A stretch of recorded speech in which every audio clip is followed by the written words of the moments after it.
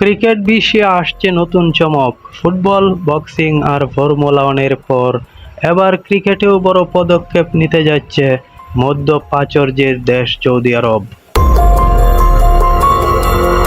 সম্প্রতি প্রকাশিত বিভিন্ন আন্তর্জাতিক প্রতিবেদনে জানা গেছে, সৌদি আরব শুরু করতে যাচ্ছে নতুন একটি ফ্র্যাঞ্চাইজি টি-20 লিগ।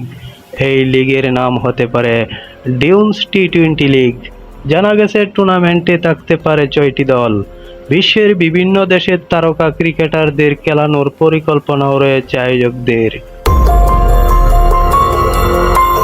এমনকি ভারতীয় ক্রিকেটের সাবেক তারকা যুবরাজ সিংকেও লিগের সঙ্গে যুক্ত করা হয়েছে বলে খবর প্রকাশ হয়েছে।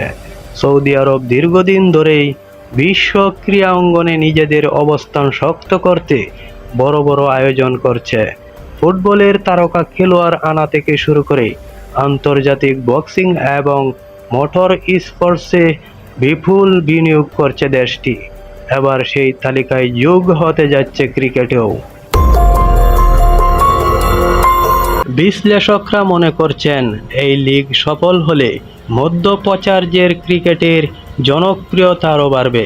পাশাপাশি নতুন সুযোগ তৈরি হবে এশিয়া ও বিশ্বের অনেক ক্রিকেটারের জন্য। তবে এখনও লিগের পূর্ণ সূচি এবং চূড়ান্ত দল ঘোষণা হয়নি। আইসিসির অনুমোদন সহ কিছু আনুষ্ঠানিক প্রক্রিয়া এখনও বাকি রয়েছে।